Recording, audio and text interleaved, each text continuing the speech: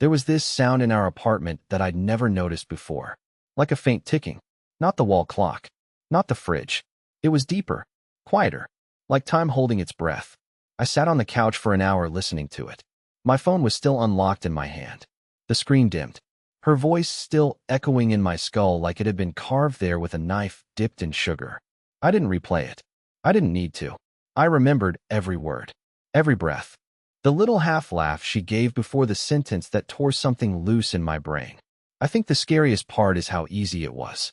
That was the line. Not what she did. Not who it was with. Not even when. Just the ease of it. The comfort. The way it didn't wreck her. The way I knew she recorded that message while curling her hair, or pouring wine, or sitting barefoot on the balcony like nothing was collapsing. Because nothing was, for her.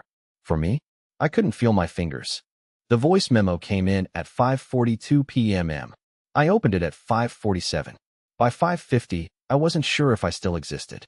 I think I started whispering to myself. Just little phrases like, "This isn't real. Maybe it's a joke. Maybe it's not about me." But I knew it was. There was no name in the memo, but there didn't need to be. I knew her tone. I knew the pause she made before saying, "He was asleep down the hall." Down the hall. That's where I was. When she did it. When she whispered. When she laughed. Me. Down the hall. I hadn't eaten. I hadn't showered. I hadn't moved in, 3 hours? The sun was already gone, and our hallway light, the motion sensor one, kept flickering on and off like the apartment was breathing. Like it knew something was wrong, but didn't know how to say it. I finally stood up around 9 p.m. I walked to the kitchen, opened the fridge, and stared at an open bottle of sparkling cider we'd been saving. The label had our wedding date written on it in gold marker. She'd thought it was cute. I closed the fridge. Not because I was angry. Because I couldn't stand the sound of the fizz anymore. You know what betrayal actually feels like. Not rage. Not even heartbreak. Static. Like you're a TV that's stuck between channels. Everything's noise. Every movement is wrong. You walk into the room you used to sleep in, and it suddenly feels like someone else's house. She wasn't home yet.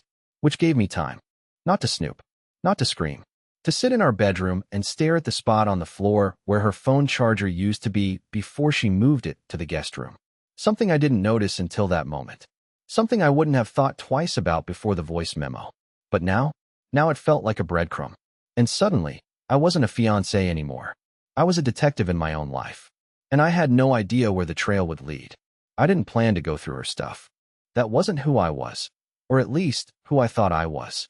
But it's wild what a single voice memo can do to your sense of self. 1 second you're folding laundry like a normal fiancé, and the next you're sitting in a dark hallway, staring at her gym bag like it might be hiding answers. It started with small things.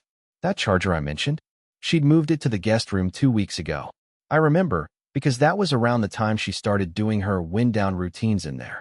I thought it was just a phase, something about needing space to journal and meditate. She said I snored too much.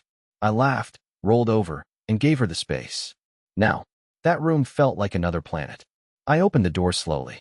The lamp on her side table was still on, a soft amber light that made the room look cozy, innocent. But the air felt wrong, like it was too still, like even the dust didn't want to move. On her desk were 3 candles, all half-burned. One of them smelled like bergamot and firewood. That was new. She'd never liked firewood scents. Said it reminded her of her dad's old truck. But here it was, right next to a bottle of cheap red wine and a glass with lipstick on the rim. My stomach turned. We hadn't shared wine in here. Not once. I turned toward the closet. Not to snoop, I told myself. Just to see. To know. The door creaked slightly as I pulled it open. Inside was a hoodie I'd never seen before. Dark green. Faded sleeves. Slightly too large for her. It reeked of cologne I didn't recognize. And suddenly, all the noise in my head went dead silent. You ever stand in a room and feel like the walls are listening? Like the shadows are leaning closer, waiting for your reaction? That's what it felt like. I didn't take the hoodie. I didn't even touch it. I just stared at it for a full minute, memorizing the way it hung, the folds, the loose thread near the cuff. The smallest details burned into my memory like a crime scene photograph. And then I backed out, closed the closet, sat on the edge of the bed, and tried to make sense of what I was looking at. The wine, the candles, the hoodie, the room I hadn't been invited into for over 2 weeks. This wasn't a random hookup in a car. This was something else. Something more deliberate. Something with repetition. It wasn't even about the cheating anymore. It was about the setup, how carefully she'd constructed this parallel life a few feet from mine. How she smiled at me over dinner while part of her brain was already in this room, with someone else's hoodie and a different bottle of wine. At 11:08 p.m., I heard her keys in the lock. I bolted out of the guest room, straight into the kitchen, pretended I was cleaning the sink. She came in humming, soft, like she was trying not to wake a child. Her bag hit the floor gently. She kicked off her shoes and walked in with that same warm energy she always had, the kind that could fool anyone, especially me. "Hey, babe," she said, like nothing was different. I nodded. "Hey, late night?" She shrugged, dropped a kiss on my shoulder, and walked past me to the fridge. No hesitation, no flicker of guilt. Either she was the world's greatest actress, or she really didn't think I'd ever notice. I stood there for a second longer, then asked the one question I didn't plan to ask. "Did you leave something in the guest room? I thought I smelled wine in there earlier." She froze, just slightly, just enough, then turned around, smiling too casually. "Oh yeah? I was journaling in there a few nights ago and had a glass. I forgot to clean it up." Smooth. Too smooth. She moved past me again, this time a little faster. Said she was going to shower. I watched her disappear down the hall. Heard the bathroom door click shut. Heard the water run. And I stood there, staring at the spot where her bag had landed on the floor, trying to figure out if I was the crazy one. If maybe I wanted to find something wrong. Maybe I'd twisted her words, imagined the worst. But then my eyes drifted to the small outer pocket of her bag, slightly open. Something inside was glowing. Her phone. I reached for it. Not to unlock it. Not to snoop. Just to see one thing. If the voice memo was still there. It was. And what's worse, it wasn't the only one. I told myself I'd just check the timestamps. That I wasn't crossing a line, just confirming something. But once I had her phone in my hand, my fingers moved like they weren't mine anymore. The screen was still on, still glowing softly from the half-zipped pocket of her tote. She'd recently been on the voice memo app. It was open on the screen. My heart hammered in my chest as I glanced down and saw the list. There weren't just 1 or 2 recordings. There were 12, some labeled with dates, some without, all under a folder named Untitled Thoughts. The most recent one, the one she accidentally sent me, was still at the top. Beneath it, another caught my eye, 11th, 3 a.m., dated 2 weeks earlier. I should have stopped. I didn't. I pressed play, just as I heard the shower start running down the hall. The recording started with silence, then footsteps, then her voice, low, whispering. The kind of tone you use when your world is shrinking around you and you want someone to pull you out of it, or into something worse. "He's asleep. Again. I don't even know why I bother anymore. Every night it's the same. Silence, brushing teeth, a kiss on the forehead, and then lights out. It's like living with a ghost who does the dishes." I felt my throat go dry. Her voice cracked slightly, like she was close to crying, but it wasn't grief. It was frustration, familiarity. I don't want to be cruel. I need something. And yeah, maybe I found that. Maybe I didn't mean to, but I can't unfeel it now. And if I'm honest, part of me doesn't want to. There was a long pause. I almost thought it had ended. Then she whispered something I had to replay twice to fully understand. "Sometimes I wonder what would happen if I left him a trail. Like, if I made it just obvious enough. Would he even notice? Or would he just clean up after me like he always does?" That line hit me harder than anything else. Not the cheating, not the lying, not the secret wine glasses, or the hoodie, or the candles. The game. She was testing me, leaving a trail on purpose. And I was failing. I backed out of the app, dropped the phone back where I found it, and stepped away like it was radioactive. My whole body was buzzing, my ears hot, like I'd been slapped by the air itself. What kind of person records their secrets and keeps them like trophies? What kind of person quietly dares their partner to catch them in betrayal just to see if they're paying attention? Apparently, the woman I was supposed to marry. The bathroom door opened down the hall. I moved quickly, too quickly, back to the living room and flopped on the couch with a book I didn't even register holding. She came out in a robe, hair wrapped in a towel, humming like she was in a spa commercial. "I might go to bed early," she said, not looking at me, already moving past. "Work's been draining lately." I nodded, staring at a random page, trying to pretend the words didn't look like static. "Okay," I said. "I might stay up a bit." She kissed the top of my head, then disappeared into the bedroom. I sat there in silence for what felt like hours, my legs bouncing, my chest aching like I'd swallowed concrete. The apartment felt colder, the walls more distant. Everything normal was now tainted. The fridge magnets we bought on a road trip, the throw blanket her mom gifted us, the framed photo of us laughing at a summer barbecue. How many of those smiles were already lies? I couldn't sleep. I didn't try. At 2:17 a.m., I got up and went back into the guest room. Not to confront her, not to yell, just to understand. I needed to know the scope of this, how long it had been going on, if there was someone I knew involved, if this was about one night, or something more chronic, more insidious. I opened the drawer beside the bed. Empty, except for a half-used lighter, a dried-out pen, and a receipt from a liquor store dated a month ago. One bottle of Cabernet. One six-pack of beer I'd never touched. Her credit card was on it. Not a gift. Not a party. I kept going. Not ransacking. Just lifting, checking, touching, quietly pulling the thread until the whole thing unraveled. Inside her old yoga mat bag, tucked under a folded hoodie, was a card. I don't even know why I opened it. Curiosity? Instinct? Masochism? The front had a sketch of a fox. Minimalist. Stylish. Inside, handwritten in black ink. Last night was more than I expected. You make this feel like summer again. Same time next week. E. No name. Just the letter. E. I stared at that initial for a full 5 minutes. A single letter that now carried more weight than my entire relationship. And the worst part? I couldn't even begin to guess who it belonged to. I didn't sleep that night. I didn't even lie down. I just sat on the living room floor, knees pulled to my chest like some washed-up version of myself, the fox card burning a hole in my hoodie pocket. Every time I blinked, I saw the handwriting again. I kept thinking, who signs a card with just a letter? Someone confident. Someone who doesn't expect to be found. Or worse, someone who's done this before. Same time next week. That part looped in my head like a curse. It meant this wasn't a one-time thing. It was routine, scheduled, predictable. While I was planning our wedding playlist, she was booking appointments for deception. I started going over every name I knew. Friends, coworkers, random people from her yoga class. E. Just the letter. I whispered it to myself like it might form into a full name if I said it enough. Nothing came. Around 6 a.m., I made coffee just to have something to do with my hands. Corinne came out of the bedroom 15 minutes later, barefoot and smiling, wearing one of my old college sweatshirts like some twisted joke. She said, "Morning," kissed my cheek, and moved around the kitchen like she hadn't just shattered my internal world into glass shards. I wanted to scream. I wanted to flip the mug out of her hand and ask how long she'd been lying to my face. But I didn't. I smiled. I played my part. I said, "Morning," and asked if she wanted toast.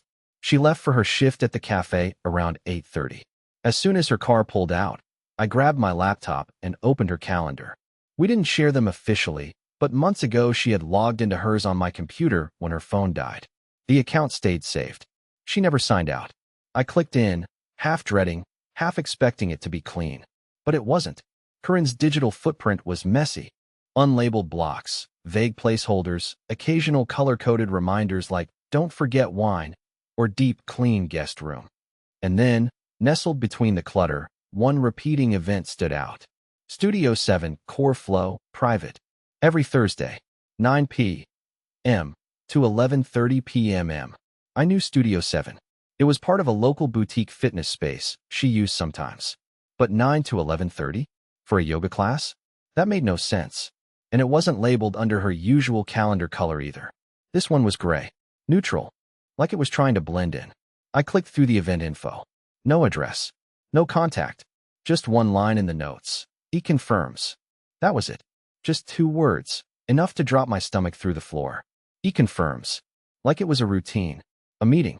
A schedule. That damn letter again. I leaned back in the chair and stared at the screen, heart pounding in my throat. My palms were sweaty. Everything inside me told me to stop, to close the laptop, to back away. But I couldn't. I opened Instagram. Corinne's account was private, but I knew the password. I'd helped her set up 2-factor authentication last year. I logged in, hoping to find nothing. Instead, I found a trail so obvious I almost laughed at myself. There was a profile under her close friends list, someone named Elio. I'd never heard of him. No mutuals. No tags. His profile picture was just a black and white photo of a vintage motorcycle. No bio. Fewer than 20 posts.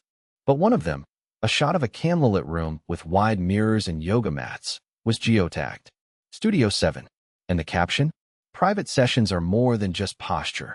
My vision blurred. I scrolled further. Another post. From 3 weeks ago. A wine glass held up in front of soft, string lights. The caption said, "Foxes don't beg for attention. They steal it." A fox. I pulled the card from my pocket and stared at the illustration. Same shape. Same minimalist line style. Not a coincidence. This wasn't just some flirtation. This was crafted. Intentional. Like some twisted art project. And now I had a name. Elio. I whispered it to myself like a spell. I'd never met him. Never heard her mention him. But he wasn't just a mistake. He was a plan. A pattern. A private appointment buried under half-truths and scented candles. And now I couldn't stop. I Googled his name with Studio 7 and hit on a tiny landing page. Just a first name, a phone number, and a tagline. Movement, presence, and unlocking the self. I stared at his photo. He looked like the kind of guy that wore leather bracelets unironically. Sharp jawline. Messy hair like he paid someone $90 to make it look effortless. His testimonials were glowing. Words like spiritual, transformational, energetic. The kind of guy that makes women feel seen just by tilting his head when they talk. I clicked the booking page. Private sessions on Thursdays. 9 p.m.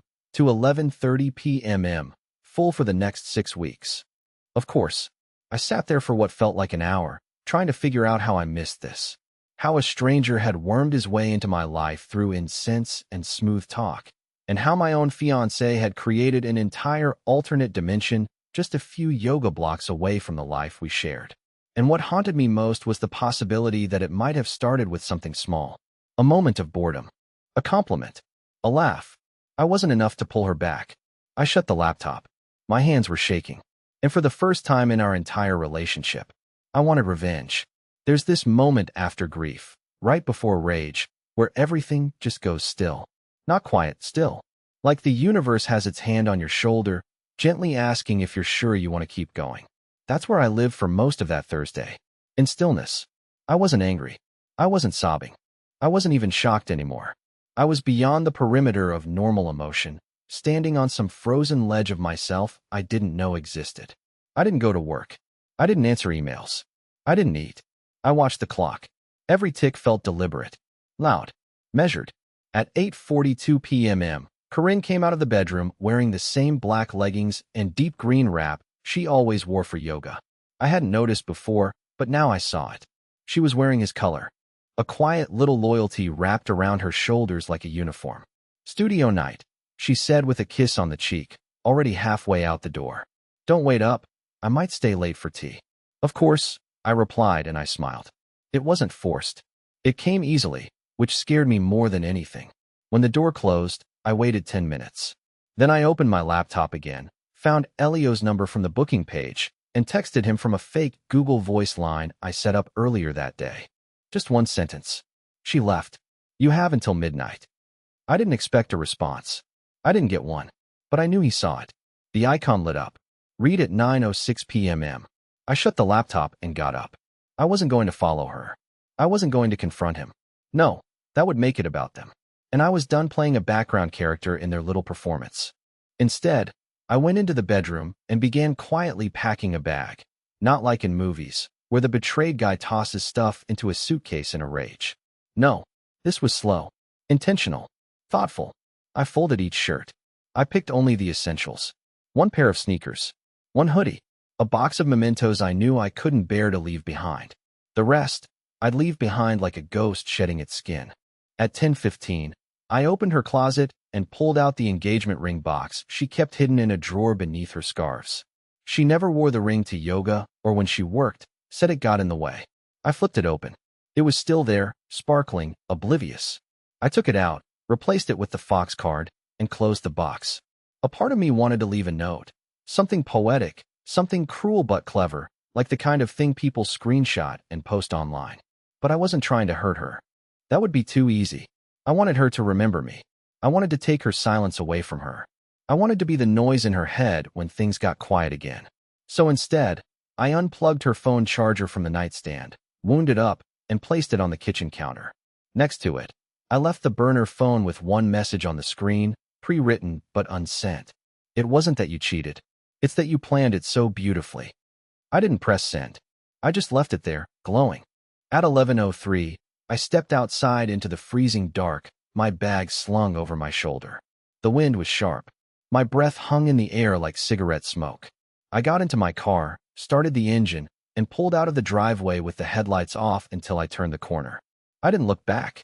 I didn't need to. I booked a cheap hotel 45 minutes away. Not because I had nowhere else to go, but because I needed time to think before family got involved. Before questions. Before her texts started pouring in. I wanted one night where I could exist outside of the narrative. One night where I wasn't the safe one.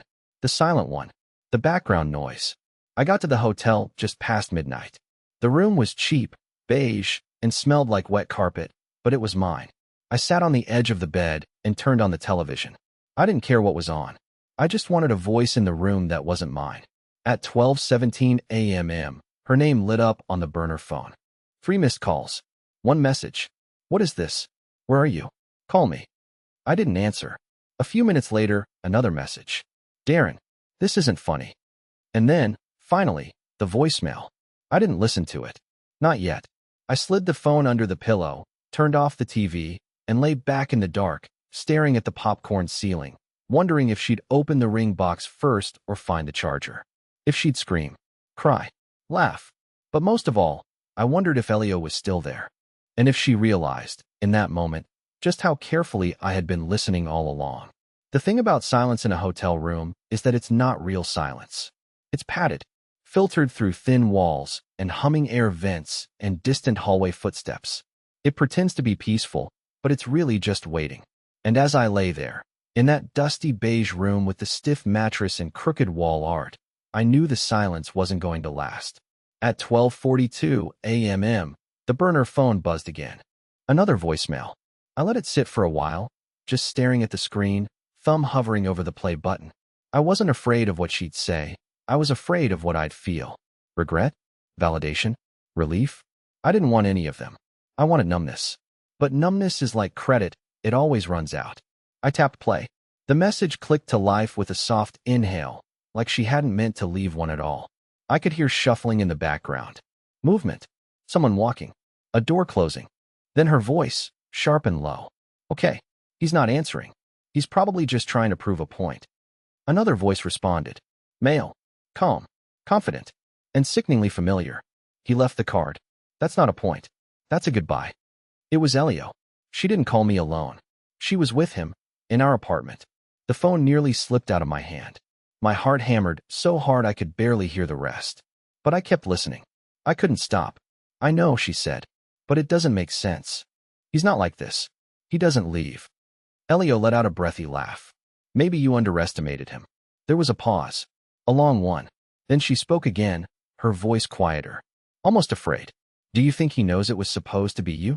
I sat bolt upright. What? Elio didn't respond immediately. When he did, his voice was colder.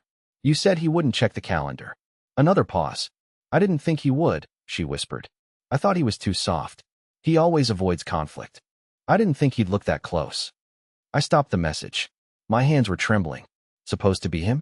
What the hell did that mean? I played it again, just that section, over and over. The line dug into me like a splinter I couldn't reach. Do you think he knows it was supposed to be you? I tried to fill in the blanks, but nothing made sense. Was it about the memo? The setup? The plan? Was it all bigger than I thought? That voicemail didn't sound like a couple caught in the act. It sounded like two people realizing the curtain had fallen too soon. Like they'd rehearsed the play, but someone changed the script. I sat there for almost an hour, pacing the room, trying to map the timeline in my head. How far back did this go? How much had been orchestrated?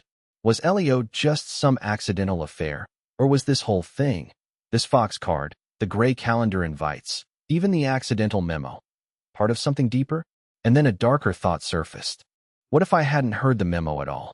What if I had gone along with everything, married her, built a life, only to find out when it was already too late?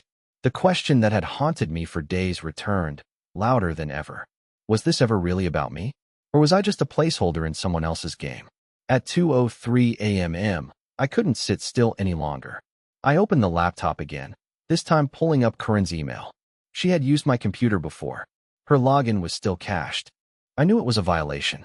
I knew if she found out, it would make me the bad guy in whatever narrative she spun later. But I no longer cared about being the villain in her story. I just wanted the truth, no matter how ugly it was. There was a folder labeled Studio 7 Inquiries. I clicked it. Inside were dozens of threads with clients, schedules, intake forms. But one stood out. Subject, follow-up, May proposal. From Leo at Studio 7 Movement. Com. I opened it. Inside was a wall of text, written like a proposal for a project. Not a romantic message. Not a confession. It was something else entirely. If we proceed with this, we need clarity on the timing. You've told me he's emotionally dependent, which works to our advantage. But the handoff has to be clean. If you hesitate again, the window closes. This only works if you stick to the script. My stomach flipped. What handoff? What script? Below the message was a file attachment. PDF. I clicked it open. The document was titled, Client Phase Strategy D. Hallberg. That was my name. The rest of the file. I can't describe what it felt like reading it. Bullet points. Assessments. Notes. Observations about my behavior, my patterns, my passive compliance tendencies. A literal profile. It read like I was some psychological project, an experiment in emotional control. I scrolled to the last page. Final paragraph. Objective, closure through displacement. Target must initiate exit. Partner will maintain moral high ground publicly. Risk mitigated through limited exposure. Emotional fallout expected to be minimal. I closed the file and just sat there, staring at the screen, breathing through my teeth. So this was never about cheating. It wasn't about falling out of love. It was about managing my removal. Like I was a spreadsheet problem she outsourced to someone who spoke in therapy words and manipulation tactics. They didn't want to hurt me. They wanted me to walk out on my own, confused but compliant, so they wouldn't have to take the blame. And for a while, it almost worked. But now I was no longer confused. Now I was awake. There's something strange about learning you were a project. Like discovering someone didn't love you. They studied you, documented your habits, created a custom path to your exit, one breadcrumb at a time. When I closed that PDF, I wasn't heartbroken anymore. I was hollow, but sharp. Not numb, not sad. Just focused. Like something ancient in my brain had been reactivated. A part one didn't even know existed. That file, Client Phase Strategy D. Hallberg, wasn't a confession. It was a blueprint. And that meant, if I studied it closely enough, I could reverse engineer it. Deconstruct the architecture they'd built around me. Take back the narrative without saying a word. I didn't want revenge. I didn't want confrontation. That would just make me look bitter, broken, unstable. No. What I wanted was to make them uncertain.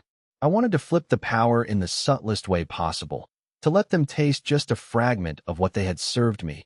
Doubt, paranoia, silence. A slow burn. So I began with small things. That Friday morning, while Corinne was still asleep, I logged into our joint wedding site and quietly canceled the RSVP page. No alert email. No announcement. Just a silent pause in the process. Anyone who tried to reply would get a maintenance error. I wanted her to hear it from someone else, not from me. Next, I removed the small black thumb drive she kept in the ceramic box on her side of the bookshelf. She thought I didn't know it was there. I did. She used it to store private client forms, or so she said. I replaced it with an identical blank drive, then slid the original into my jacket pocket. If I was being profiled, I wanted to see who else had been. I wiped my laptop. Full reset. No trace of her saved login. No cached sessions. No history. She'd eventually try to access it again. I wanted her to notice the absence, to feel the sudden privacy I had reclaimed without warning. And then I waited. I didn't leave the hotel that weekend. I didn't text her. I didn't call. I turned off the burner phone and left it in the drawer next to the Gideon Bible, right beneath the laminated emergency exit map. Let her chase ghosts. Let her wonder if the silence meant guilt, closure, or worse, knowledge. By Sunday, the cracks started to show. She emailed me. First something gentle. Hey, I just want to talk. Can we meet? Then something more direct. Darren, please. I didn't mean for this to go this way. And then finally, you're making this harder than it has to be. That line. harder than it has to be. It was like reading dialogue from a therapist trying to control a spiraling client. A script, still playing her part. On Monday morning, I drove back to town, not to see her, but to visit a coffee shop near the wellness center where Elio ran his private sessions. Not the fancy main yoga space, no. He also rented a backroom behind an organic pet boutique. I'd seen it once, back when he first popped up on her social media. She'd brushed it off. Just a creative guy I know from a networking circle. I ordered a plain black coffee and sat by the window, angled just enough to watch the alley that led to the back entrance. I didn't have a plan. I didn't need one. I just wanted him to see me. Out of place. Calm. Watching. He showed up at 9:04 a.m. wearing headphones and a sleeveless hoodie, sipping from a smoothie like he was about to inspire someone's inner child. He caught me in the reflection of the glass door, and for a flicker of a second, he paused. That was all I needed. One pause. One beat too long. One shift in his stride that told me he didn't know what I knew. I smiled and raised my coffee like a toast, not breaking eye contact. He turned and disappeared inside. Later that day, I sent a single envelope to our apartment. No note. No return address. Inside was a printed copy of one page from the PDF. Not the worst part, just the intro. Enough to prove I had it. Enough to stir the air. By 7 p.m., she called again. Not the burner phone. My real number. I let it ring. She tried twice more. Then came the voicemail. She sounded frantic now. Not sad. Afraid. Darren, please call me. We didn't mean to. I didn't think you'd. Please just talk to me. This isn't what you think it is. Yes, it was. It was exactly what I thought it was. It was a stage, and they built it to make sure the spotlight never landed on them. They designed every word, every silence, every fake surprise. But now, for the first time, they were off script. Ad-libbing. And badly. I turned off my phone and slid it under my motel pillow again. I lay there, eyes open, heart quiet, and for the first time since all of this began, I didn't feel powerless. I felt curious, because the story wasn't over. Not yet. I always thought endings were supposed to be loud. Some final blowout. Some confrontation that left everything broken and everyone changed. But real endings, they're often quiet. They happen when you stop feeding the fire. When you walk away before the explosion. When you let someone else sit in the silence they created, and you just choose peace. The morning after I sent the page, I packed my bag for good. No more hiding out. No more watching from a distance. I wasn't running. I was closing the door on something that had already collapsed long before I knew it. Before I left town, I made one final stop. There was a small print shop on 4th Street, the kind of place that mostly does funeral programs and now hiring flyers. I walked in, asked for 30 postcard prints, and handed over a flash drive. The woman behind the counter didn't ask questions. She printed them while I waited. Each card had a single sentence, center-aligned in bold type. Thank you for reminding me who I never want to become. I dropped them in the mailbox addressed to everyone on our wedding guest list. No photos. No explanation. Just that line. Some would be confused. A few would be angry.